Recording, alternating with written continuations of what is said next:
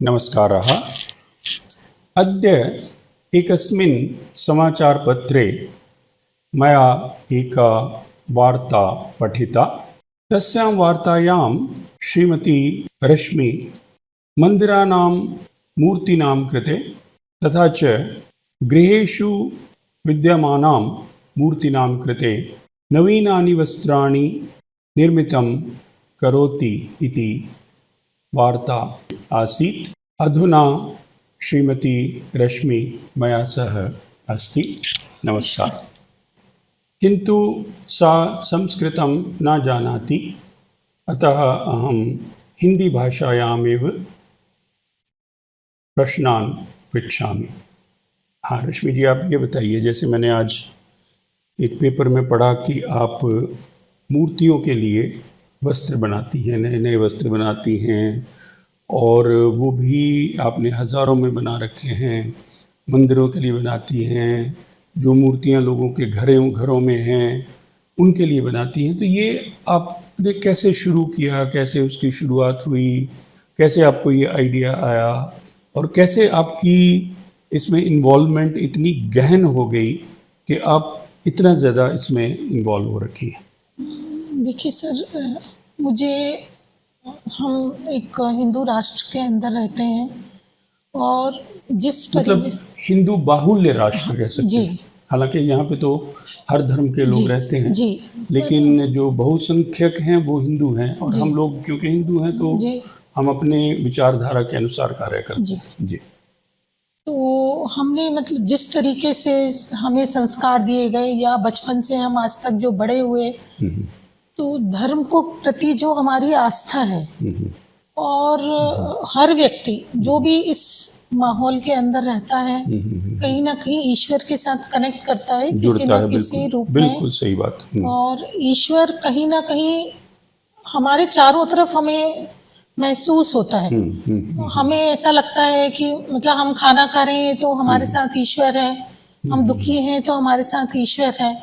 तो मतलब आप ये कह रहे हैं कि हमें भगवान की जो उपस्थिति है उसे महसूस करने की कोशिश नहीं करनी पड़ती। जी।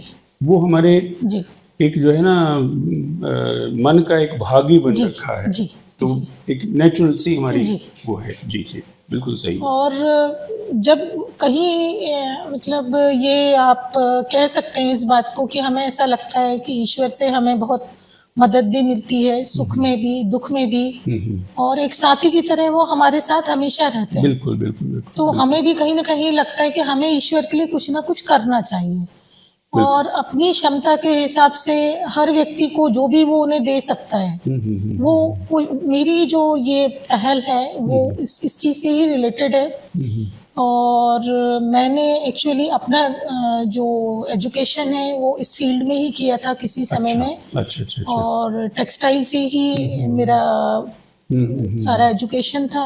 लेकिन मैं एक चीज़ जो महसूस करता हूँ कि आप एक उच्चाधिकारी की पत्नी हैं और आपकी बेटियां भी बहुत होनहार, बहुत अच्छी पोजीशंस में हैं, तो हर प्रकार की सुख सुविधा होने के बावजूद जब आप इस तरह का कार्य करती हैं तो शायद उससे एक मन में पवित्रता आती है। जी।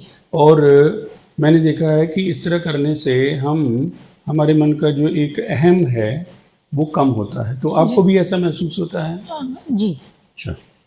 और इसके साथ देखिए, हम जैसे आज आपने अभी एक बड़ी बात बोली कि हम आज समर्थ हैं, अपने लिए तो हम सब कुछ कर सकते हैं, पर इस समाज में बहुत से लोग ऐसे भी हैं जिनको इन सारी चीजों की जरूरतें हैं, वो चाह के भी वो चीजें नहीं कर सकते हैं। तो अगर हम अपनी किसी चीज से मतलब इसको अगर आप बोलें कि एक दोहरा पर्पस सॉल्व होता है, एक तो हम ईश्वर के लिए कुछ करते हैं, दूसरा जो ईश्वर के बनाए हुए लोग हैं जो हमारे आसपास है जो इन चीजों के लिए समर्थ नहीं है, उनकी भी हम कहीं ना कहीं मदद कर पाते हैं इन चीजों को लेके। और जब उनके चेहरे पे खुशी नजर आती है तो हमें कहीं ना कहीं लगता है कि हमने मतलब ऐसा कुछ किया, योगदान दिया है।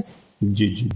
मैं आपसे एक सवाल पूछना चाहता हूँ। जैसे आजकल क्या है ना, विशेषकर हमारे जो हिंदू रीति रिवाज हैं उन पे कुछ लोग अटैक करते हैं जो अपने आप को बहुत पढ़े लिखे समझते हैं, बहुत विज्ञान से प्रभावित हुए अपने आप को बताते हैं, तो वो कहते हैं कि ऐसे करने का क्या फ़ायदा, आप जो जैसे आप अब भगवान जी के लिए ड्रेस बनाती हैं, तो कोई कहेगा कि आप किसी गरीब के लिए बनाओ।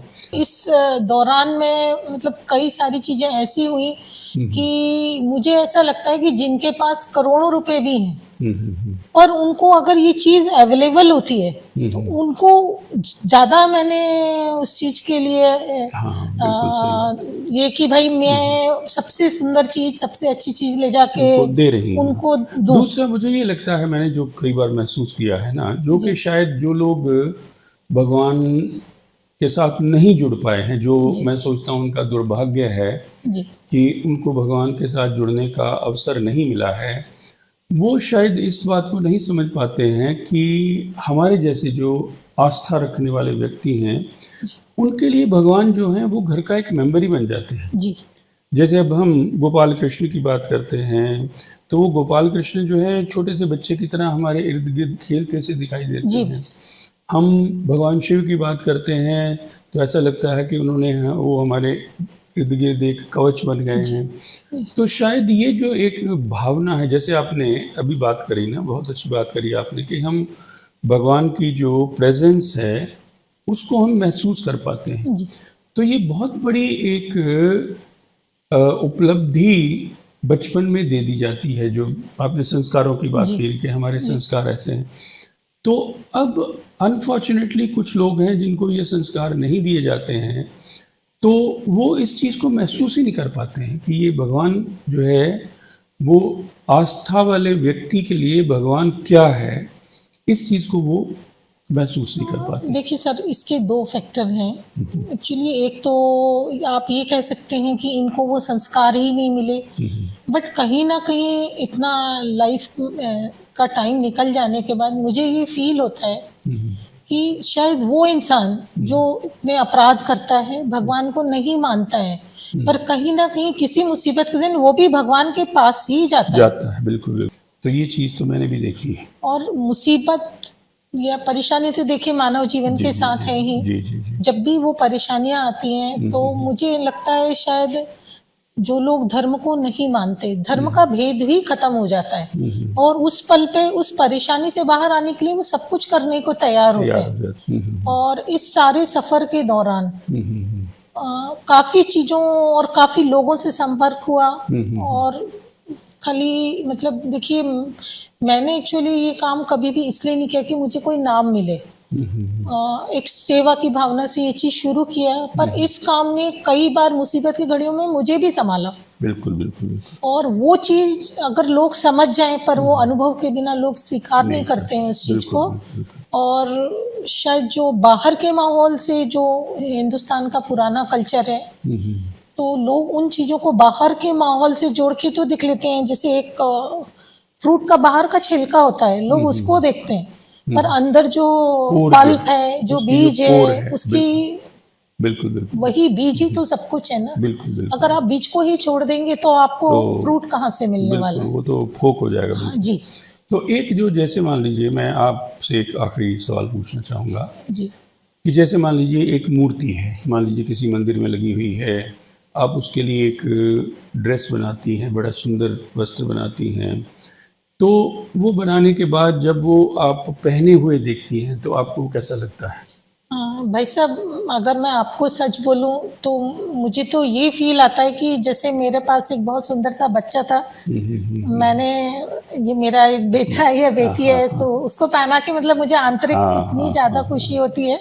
और उसके बाद भी एक फील और आता है कि जैसे आपको तो पता है कि देखिए धर्म को भी बिजनेस बना लिया लोगों ने, उनको वस्त्रों के ही लिए सारी चीजें हो जाती है, मंदिरों में बोलियां लग जाती हैं, सब चीजें हो जाती हैं। तो कहीं ना कहीं वो चीजें मुझे मतलब बिजनेस बनाने से मुझे प्रॉब्लम है, बट लोगों को इस चीज को स्वीकार, आस्था से करना है वो अलग वो बात है। एक अलग तो ये है ना कि आप कोई इसके लिए कोई शुल्क नहीं लेती हैं, कोई पैसा नहीं लेती हैं, सिर्फ एक सेवा के तौर पर करती हैं।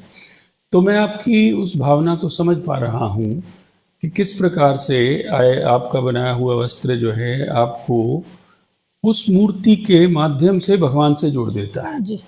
तो बहुत एक और मुझे लगता है मतलब बड़ी कुछ अच्छी- अद्भुत घटनाएं इस तरीके से घटा करती हैं कि लगता है कि भाई मेरे को तो ये बैरियर मिलेगा, यहाँ मैं जाऊंगी पर वो गेट मुझे खुला हुआ खुल मिलता जाता है। है, बिल्कुल बिल्कुल। तो मतलब मेरा सिर्फ लोगों से ये कहना हम्म, है, बात हिंदू या किसी भी कल्चर की नहीं है, बात ये जो वो ईश्वर है, अगर आप उसके साथ कनेक्ट करोगे किसी भी रूप में तो आपने बेनिफिट ही मिलना है। वो पॉजिटिव एनर्जी आपको फायदा ही देने मिलेगी ही वाली है। मिलेगी, बिल्कुल मिलेगी। और अगर आप उसका पाथ छोड़ के किसी भी गलत रास्ते पे Yes, जाओगे तो उसका तकलीफ आपको ही भुगतना है। हाँ, बिल्कुल सही बात। या आप इसे गीता का कर्म सिद्धांत कह सकते हैं। बिल्कुल बिल्कुल बिल्कुल बिल्कुल सही बात। तो तो ठीक है रश्मि जी, आप ने बहुत सी अच्छी अच्छी बातें बताई और आपसे बात करने के बाद तो मेरा मन भी अचानक एक तरह की जो पवित्रता महसूस करने लग गया है। तो आपका बहुत बहुत धन्यवाद। धन्यवाद। नमस्कार। धन्यवाद।